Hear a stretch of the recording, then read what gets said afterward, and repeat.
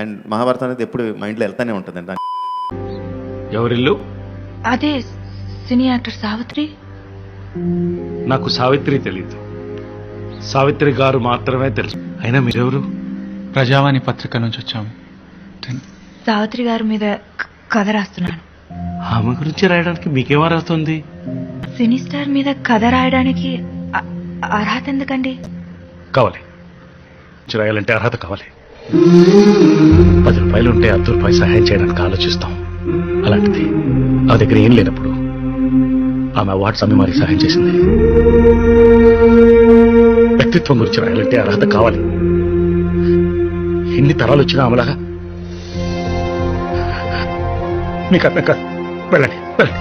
మా తరానికి సావిత్రి గారు ఒకప్పటి నటిగానే తెలుసు గాని ఆవిడలో ఏంటి అంత గొప్పని తెలీదు.